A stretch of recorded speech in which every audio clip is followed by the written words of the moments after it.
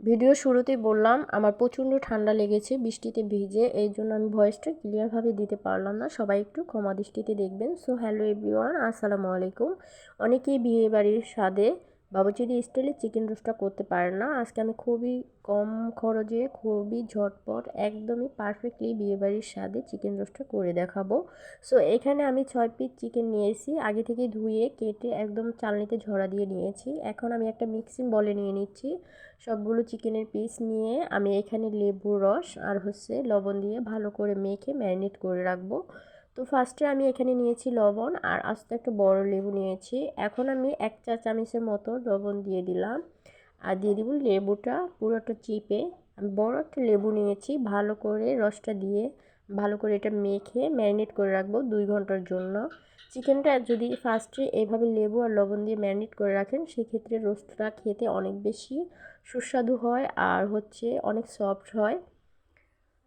তো আমি এইভাবে মেখে ম্যারিনেট করে রেখে দিলাম। আর এখানে আমি একটা মিশ্রণ বাটি নিয়েছি, সেখানে আমি 12 চা চামচের মতো টক দই নিয়ে নিলাম। আর এখানে দিয়ে দিব আমি যেই চিকেন রোস্ট আছে রাঁধুনি, সেটার 1 প্যাকেট, পুরো প্যাকেটে আমি এখানে ব্যবহার করব। এখন আমি দিয়ে দিব 1 চা চামচের মতো মরিচের গুঁড়ো, 1 চা চামচ লবণ, সামান্য একটি টেস্টিং সল্ট, 1 চা চামচ চিনি, 2 চা চামচের মতো কাজু বাদাম বাটা, 4 চা চামচের মতো আদা রসুন একসাথে মিক্স করে নিয়েছি ব্লেন্ডার করে। সেটা দিয়ে আমি ভালো করে এটা মিশিয়ে নিব। একটু পানি দিয়ে এটা মিশিয়ে এক সাইডে রেখে দিব। এভাবে মশলাটা আগে থেকে মিশিয়ে এক সাইডে রেখে দিলে কাজটা অনেক ইজিলি হয়ে যায়।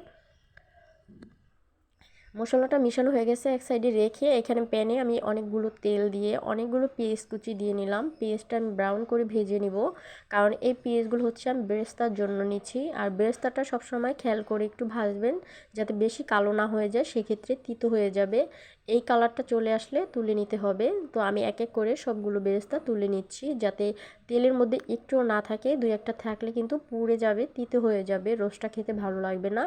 তারপর আমি ফার্স্টে 3 পিস রোস্টের পিস দিয়ে চিকেন দিয়ে আমি এপিট উপিট করে ভেজে নিচ্ছি। যখন যখন দেখব কালারটা একটু চেঞ্জ হয়ে আসছে তখন তুলে নিতে হবে। চিকেনের পিসগুলো খুব বেশি ভাজা যাবে না, খুব বেশি হিটে ভাজতে গেলে কিন্তু রোস্টটা খেতে একদমই ভালো লাগবে না। তো এই তো এপিট উপিট করে একটু কালারটা চলে আসছে, আমি ফার্স্টে 3 পিস ভেজে নিলাম, তুলে নিচ্ছি। এখন আরও বাকি 3 পিস দিয়ে দিলাম, দিয়ে আমি একই রকম করে এপিট উপিট করে ভেজে নিব। বেশি ড্রাই হয়ে যায় না যেন, সেই দিকে খেয়াল রাখতে হবে। বেশি ড্রাই হয়ে গেলে কিন্তু চিকেনটা খেতে একদমই ভালো লাগবে না। তুলে নেওয়ার পরে আমি এখানে দারচিনি, এলাচ, তেজপাতা দিয়ে সামান্য একটু ভেজে আমি যে মশলাটা মিশিয়ে রেখেছি সেটা দিয়ে দিলাম। এখন 1 টেবিল চামচ দিয়ে দিলাম বেরেস্তা, দিয়ে ভালো করে কষিয়ে তারপর আমি সুন্দর করে মশলাটা একদম তেলটা উপরে না ওঠা পর্যন্ত কষাতে হবে। যখন তেলটা একদম পুরোপুরি উপরে উঠে যাবে তখন বোঝা যাবে যে চিকেনের এই রোস্টের মশলাটা ভালোভাবে কষানো হয়ে গেছে। আর এই মশলাটা যত কষাবেন তত কিন্তু রোস্টটা খেতে ভালো লাগবে। তো মশলাগুলো আমি ভালো করে কষিয়ে তেলটা যখন উপরে চলে আসছে, এখন আমি চিকেনগুলো সব দিয়ে আলতো হাতে নাড়াচাড়া দিয়ে নিলাম। আলতো হাতে নাড়াচাড়া দিয়ে এখন আমি দিয়ে দিব 1/2 লিটার মতো দুধ। দুধটা আমি আগে থেকে জাল করে ঠান্ডা করে নিয়েছি। নাড়াচাড়া দিয়ে আমি এখানে ঢাকা দিয়ে দিব। ঢাকনা দিয়ে কিছুক্ষণ রেখে ঢাকনাটা উঠিয়ে কয়েকটা কাঁচামরিচ দিয়ে দিব। তো কয়েকটা কাঁচামরিচ দেওয়ার পরে এখন আমি দিয়ে দিব 4 চা চামচের মতো টমেটো সস।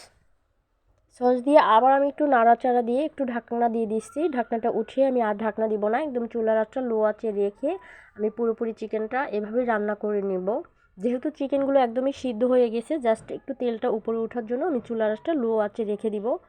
তো ফাইনালি অফ ক্যামেরা অনেক টাইম থাকার পরে দেখেন চিকেনের রোস্টার কালারটা কিন্তু অনেকটা সুন্দর হয়েছে। আমি এখানে কোনো রকম ফ্লেভারযুক্ত কিচ্ছু ব্যবহার করব না। অনেকে গোলাপ জল দেন, কেওড়ার জল দেন, আমি এগুলো কিচ্ছু দিলাম না যেহেতু আমরা নিজেরা খাবো সেটার জন্য।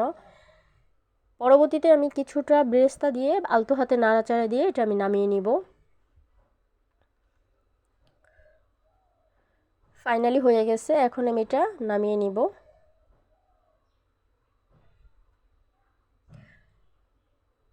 নামিয়ে নেওয়ার পরে দেখতে পারছেন আমি একটু সার্ভ করে দেখাচ্ছি, আলাদা একটা বাটিতে তুলে দেখাচ্ছি।